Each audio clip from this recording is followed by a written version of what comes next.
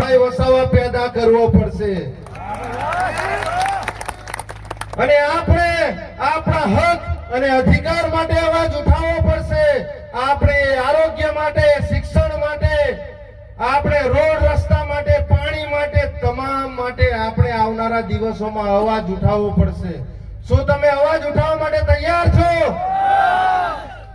જો મિત્રો તમારે બધાએ જાગવું પડશે. અમારી ટીમ બહુ નાની છે પણ આવનારા દિવસોમાં સંઘર્ષ બહુ મોટો છે. અમે અને ચૈતરભાઈ અને અમારી પૂરી ટીમ તો સમગ્ર વિસ્તારમાં અમે અવાજ ઉઠાવીએ છીએ, પણ તમારે પણ આપણા વિસ્તાર માટે અને આપણા સમાજ માટે આપણે અવાજ ઉઠાવતા થઈ જવું પડશે. આજે તમે જુઓ નલ સે જલ યોજના, આજે ઘરે ઘરે આ સરકારશ્રીઓએ સમગ્ર ગુજરાતમાં, સમગ્ર ટ્રાઇબલ વિસ્તારમાં નળો તો નાખી દીધા છે મિત્રો, પણ શું તમારા ઘરે જે આ નળો નાખ્યા છે એમાં પાણી આવે છે ખરું મિત્રો?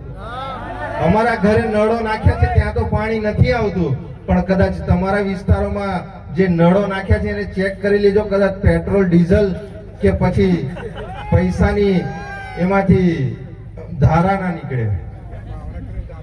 મિત્રો આજે આપણા વિસ્તારમાં અમે જોઈએ છે ઘણા બધા લોકોને એક્સિડન્ટ થાય, કોઈને હાર્ટ એટેક આવે, કોઈને ગંભીર બીમારી થાય છે. આજે તમામ મારા સાથી મિત્રો પાસે આ ભારતીય જનતા પાર્ટીએ છેલ્લા 10-15 વર્ષથી એમને આયુષ્યમાન કાર્ડ આપ્યા છે, માં અમૃતમ કાર્ડ આપ્યા છે. મિત્રો આપણા આ છોટા ઉદેપુર અને નસવાડી જિલ્લામાં આજે આ અમૃતમ કાર્ડ જે તમારા ઘરે ઘરે છે એ કઈ કઈ હોસ્પિટલમાં ચાલે છે?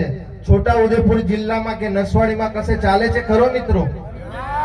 હે, આ ભારતીય જનતા પાર્ટીના નેતાઓએ આપણને આ 10-15 લાખ રૂપિયાના જે કાર્ડો આપ્યા છે એ ફક્ત આપણે એને તિજોરીમાં મૂકી દેવા પડે છે અને એને દર 15 દિવસે મહિને એને સાફ સફાઈ કરીને મૂકવું પડે કે ભાઈ કશે મુકાય તો નથી ગયું ને, કશે ખોવાય તો નથી ગયું ને. હે, આ ભારતીય જનતા પાર્ટીની સરકાર આપણને આ કાર્ડો આપી આપીને કોણિયા ગોળ લગાડે છે મિત્રો. જે આ કોણી પર જે ગોળ લગાડો તમારી જીભ ત્યાં ગાડી પહોંચવાની નથી. અને એ કાર્ડો આજે આપણે ફક્ત છોટા ઉદેપુર જિલ્લો હોય કે નર્મદા જિલ્લો હોય, આ કાર્ડો કોઈ પણ જિલ્લામાં ચાલતા નથી, કોઈ પણ હોસ્પિટલોમાં ચાલતા નથી. અને કોઈ ગંભીર ઘટના થઈ જાય છે તો આપણે એમને બરોડા લઈ જવા પડે છે અને બરોડા જેટલા લોકો આપણે લઈ જઈએ છીએ એમાંથી 90% લોકો એક્સપાયર થઈને આવે છે. ફક્ત એમને આપણે અહીંયા ગાડી લાકડા તૈયાર રાખવા પડે છે. મારી વાત સાચી છે કે ખોટી છે મિત્રો? એટલે આપણે જાગવું પડશે મિત્રો. આજે અમારી ઘણી બધી બહેનોને આપણે આ ઉજ્જવલા યોજના દ્વારા ઘરે ઘરે ગેસના બોટલો આપી દીધા છે. ખરેખર ગેસના બોટલોમાં તમે બધા સારી રીતે જમવાનું તો જમો છો ને? મારી બહેનો જમો છો ને? કે પછી હમણાં બી લાકડા જ ફૂંકો છો? આપણા દેશના વડાપ્રધાનને આ ભારતીય જનતા પાર્ટીના નેતાઓ તો એવું કહેતા હતા કે ભાઈ અમારી બહેનો ધુમાડો એ લાગે આંખમાં અને શ્વાસમાં જાય તો એમને કેન્સર જેવી ગંભીર બીમારીઓ થઈ જાય. તો અમારી બહેનો ખરેખર તમે વાપરો છો ને ગેસનો બોટલ? હે, આજે તે બિચારો તે ગેસનો બોટલ કયા ખૂણામાં હશે, તે સગડી કયા ખૂણામાં હશે તે પણ નથી ખબર. સાચી વાત ને? બિચારી અમારી બહેનો વાડીએ વાડીએ ને ગામે ગામ ને જંગલોમાં જઈ જઈને લાકડા લઈ આવે છે અને હમણાં પણ તે એ જ પરિસ્થિતિમાં તે ચૂલા ફૂંકતી થઈ ગઈ છે. આ આપણો વિકાસ છે.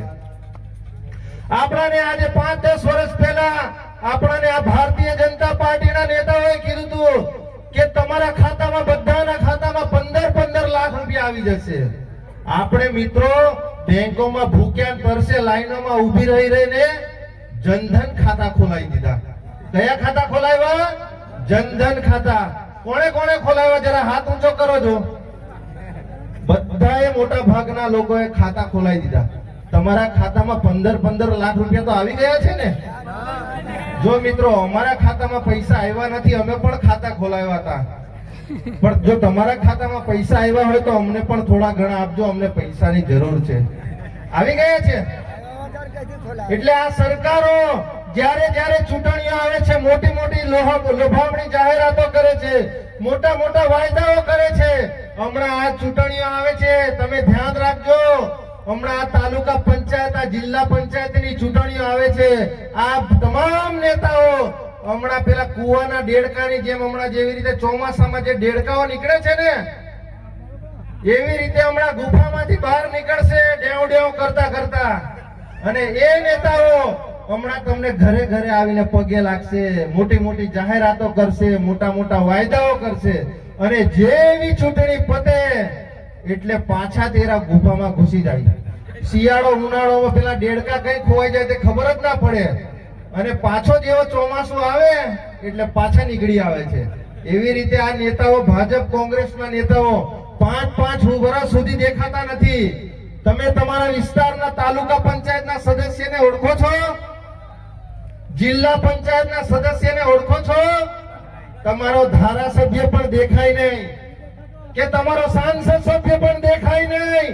એ ફક્ત ચૂંટણીઓ આવશે કે અહીંયા ગાળે મુખ્યમંત્રી આવશે કે દેશના વડાપ્રધાન આવશે કે અહીંયા ગાડી કઈક મોટો કાર્યક્રમ હશે ત્યારે જ દેખાશે સ્ટેજ પર આવીને પગે લાગી લાગીને જતા રહેશે ને 5-5 વર્ષ સુધી દેખાતા નથી એવા લોકોને આવનારા દિવસોમાં જાકારો આપવાનો છે તમે બધા તૈયાર છો પરિવર્તન લાવવા તૈયાર છો જો મિત્રો જેવી રીતે ચૈતરભાઈ વસાવા એ વિધાનસભામાં અવાજ ઉઠાવે છે એ સરકાર સામે અવાજ ઉઠાવે છે એ પ્રશાસન સામે અવાજ ઉઠાવે છે એવી રીતે આવનારા દિવસોમાં તમારે પણ તમારા વિસ્તારના પ્રશ્નો હોય તમારા વિસ્તારની સમસ્યા હોય તો આવનારા દિવસોમાં આપણા વિસ્તારમાંથી એવા પ્રતિનિધિને ચૂંટાવીને મોકલો કે જે તાલુકા પંચાયત જે જિલ્લા પંચાયત હોય કે જે વિધાનસભા હોય એમાં એવા લોકો આવનારા દિવસોમાં આવીને બેઠશે કે જે આ હાઇડ્રો પ્રોજેક્ટ જે આ જિલ્લા પંચાયતમાં જે આ ઠરાવ પાસ કર્યો છે એ આ જિલ્લા પંચાયતના નેતાઓએ જે આ જીએમડીસીઓ માટે ઠરાવ કર્યો છે એવા ધારાસભ્યોને એવા તાલુકા પંચાયત અને જિલ્લા પંચાયતોને તમારે આવનારા દિવસોમાં એમને હવે ખદેડીને બહાર કાઢી મૂકવા પડશે એના માટે આપણે આવનારા દિવસોમાં ચૈતરભાઈ જેવી રીતે અવાજ ઉઠાવે છે એવી રીતે જ આપણે તાલુકા પંચાયતમાં આપણે એવો પ્રતિનિધિત્વ મૂકવાનો છે કે જે આપણા વિસ્તારનો અવાજ બને એવા જિલ્લા પંચાયતના પ્રતિનિધિને ચૂંટાવીને લાવવાનો છે કે જે આપણા વિસ્તારનો અવાજ બને નહીં કે ફક્ત ને ફક્ત બસ આ આંગળી ઊંચી કરવા વાળા જે આ ભાજપના નેતાઓ છે એ ફક્ત જ્યારે પણ આવા નાના મોટા ઠરાવો થાય છે એ જિલ્લા પંચાયતમાં થાય છે વિધાનસભામાં થાય છે એ સંસદમાં થાય છે કે ધારાસભ્ય જે વિધાનસભામાં લડે છે એવા નેતાઓને આવનારા દિવસોમાં આપણે જાકારો આપવાનો છે અને આવનારા દિવસોમાં આપણે ચૈતરભાઈની વિચારધારા અને એવા જે પ્રતિનિધિત્વને આપણે જિલ્લા પંચાયત તાલુકા પંચાયતમાં એમને બેસાડવાના છે તો અહીંયા ગાડી હું મારી વાણીને અહીંયા ગાડી વિરામ આપું છું બોલો ભારત માતા કી જય જોહાર જય જોહાર જય જય આદિવાસી જય